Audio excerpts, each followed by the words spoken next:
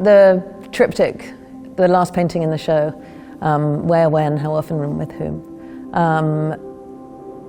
It's an interesting question to wonder how it shows how I see the world. It's fragmented, I guess. We were just talking about New York City as well.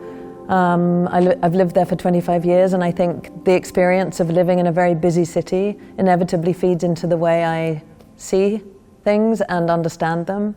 I never think of painting as a cathartic thing, but I definitely think it's a way of processing things, and that one is such a cliche to say that we're overblown with images all the time, but of course more than ever.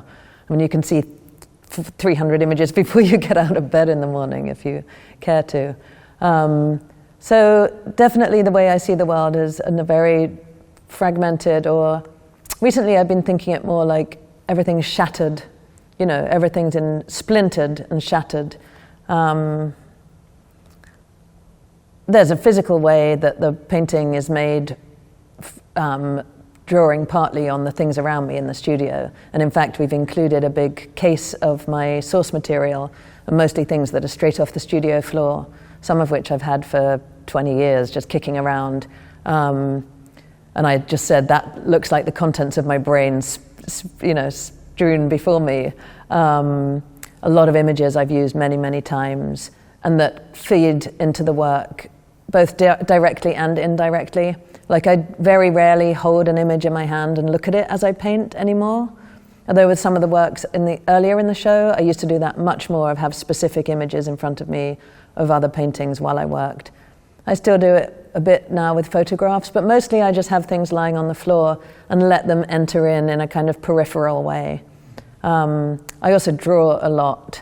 So I think of drawing as a way of sort of getting information, and really learning to understand imagery.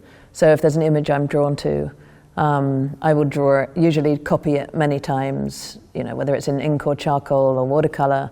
And then I don't really ever look at the drawings again, certainly not while I'm painting, but they're in the room at the same time. I mean, I might come in the morning and draw.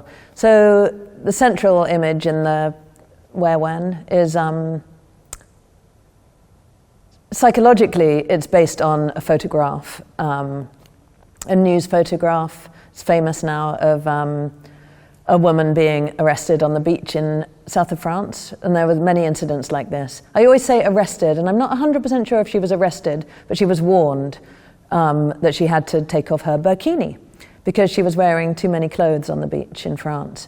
So it's a very disturbing and upsetting series of images of a woman who innocently thought she could go and have a nap on a sunny day on the beach.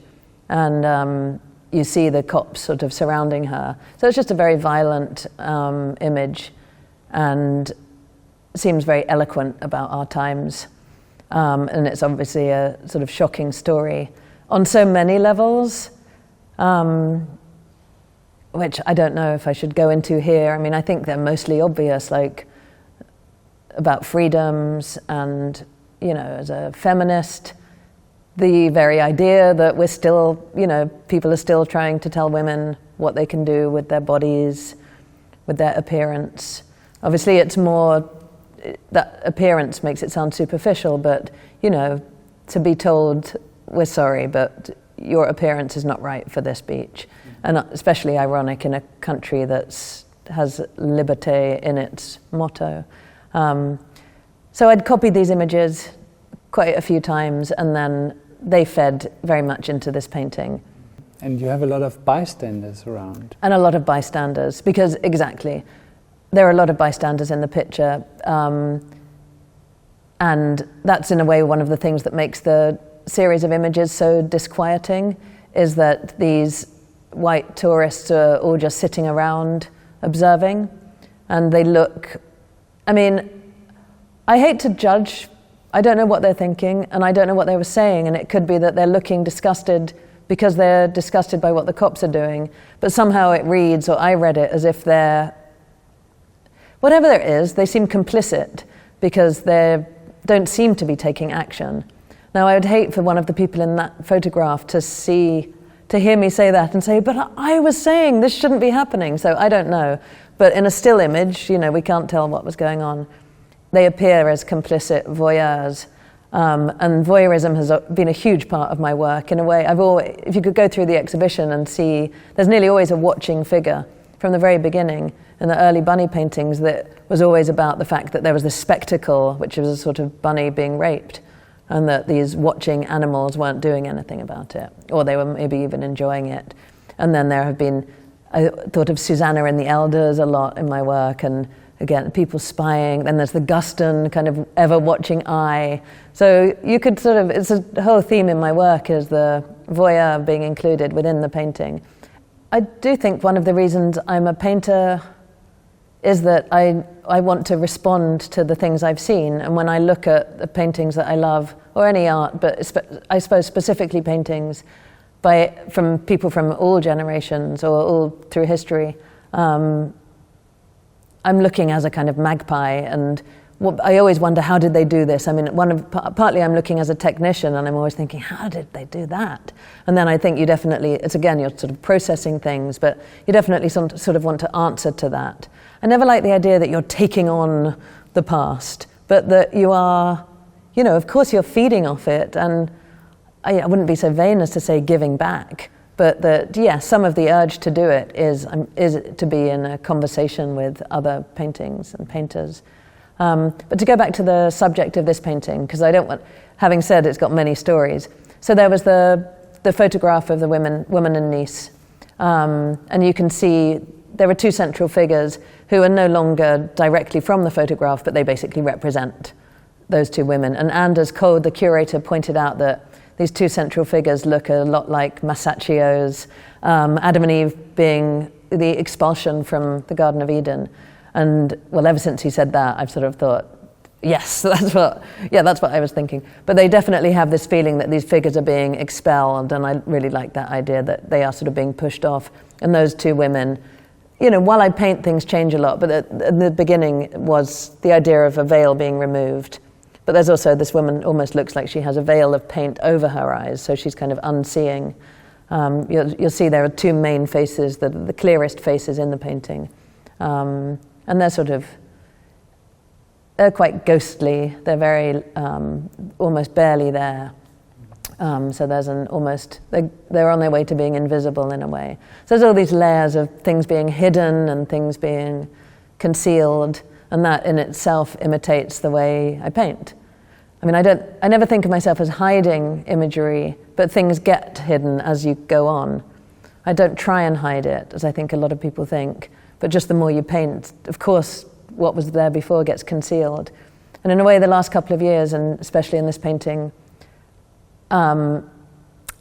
there's more a sense of showing the way it was made. So sometimes there's less paint than before, and sometimes they seem a bit more considered in some ways, that there's less just build-up of layers and layers of paint, but more scraping away at the beginning, so it's more like veils of paint, and things are, I think it came a lot from doing watercolors and doing large watercolors.